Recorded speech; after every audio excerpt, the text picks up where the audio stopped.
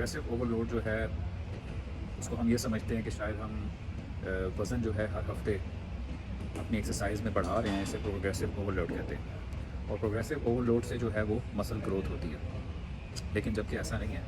जो muscle growth है उसका बाय प्रोडक्ट जो है वो प्रोग्रेसिव ओवरलोड है। जब आपका मसल ग्रो करता है, जब वो स्ट्रॉन्ग होता है, तो आप प्रोग्रेसिव ओवरलोड करते हैं, तब आप ज़्यादा वज़न उठाने के काबिल होते हैं। फॉर एग्जांपल मैं बाइसेप कर्ल कर रहा हूँ 5 kg से,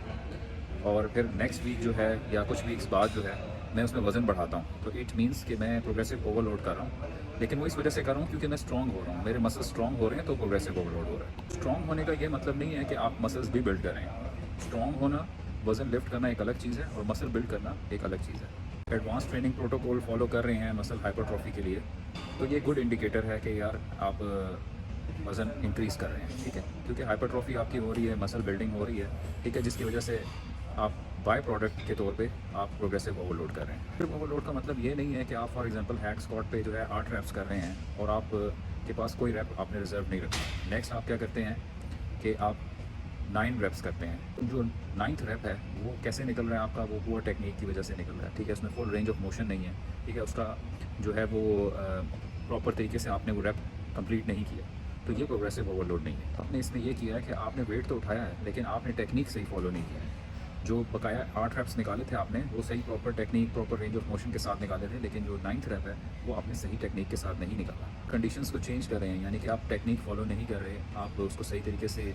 नहीं परफॉर्म कर पा रहे, तो ये प्रोग्रेसिव ओवरलोड नहीं कहलाएगा। ओवरलोड के लिए ज़रूरी है कि सेम कंडीशन हो, सेम रैप रेंज हो, सेम रेस्ट पीरियड हो, ठीक है, और उसके दौरान जो है आप एक रैप ज़्यादा निकालते हैं, ठीक है, तो वो आपका एक प्रोग्रेसिव ओवरलोड होगा, ठीक है, कि आप उसमें रैप एक ज़्यादा निकाल रहे हैं, 9th रैप की तरफ जा रहे हैं, ठीक है। तो ये आप एक कैपेसिटी जो है ये आपके अंदर बिल्ड हुई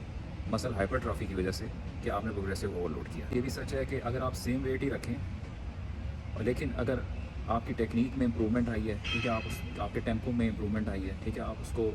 एक अच्छे टेम्पो के साथ परफॉर्म कर रहे हैं, एक अच्छी टेक्निक के साथ परफॉर्म कर रहे हैं, तो इसे भी प्रोग्रेसिव ओवरलोड कहा जाएगा। सिर्फ वज़न बढ़ाने को प्रोग्रेसिव ओवरलोड नहीं कहते कि आपने जो है हर सेट के अंदर जो है वो वज़न बढ़ा दिया, और पहले आप 10 kg लगा रहे थे, अब आप 20 kg लगा रहे हैं या 15 लगा रहे हैं, आप समझते हैं ये प्रोग्रेसिव ओवरलोड है। ये नहीं है, ये भी प्रोग्रेसिव ओवरलोड है कि आप 10 kg ही लगा रहे हैं, लेकिन आपने अपनी रेप रेंज इंप्रूव की है, आपने टेक्निक इंप्रूव की है, ठीक है, अपना रेस्ट पीरियड आपने कम किया है, तो मीन्स आपका मसल ग्रो हुआ है, वो स्ट्रॉन्ग हुआ है, ठीक है, और उसके बाय प्रोडक्ट में मसल ये प्रोग्रेसिव ओवरलोड जो है वो अचीव किया आपने। प्रोग्रेसिव ओवरलोड जो है आप कई तरीक़ों से कर सकते हैं, वज़न बढ़ा के भी कर सकते हैं, रेप रेंज को इंक्रीज़ करके भी कर सकते हैं, अपनी टेक्निक को बेहतर करके भी कर सकते हैं, अपने मसल की फ्रीक्वेंसी को, ट्रेन करने की फ्रीक्वेंसी को बढ़ा के भी कर सकते हैं, और रेस्ट पीरियड को कम करके भी कर सकते हैं।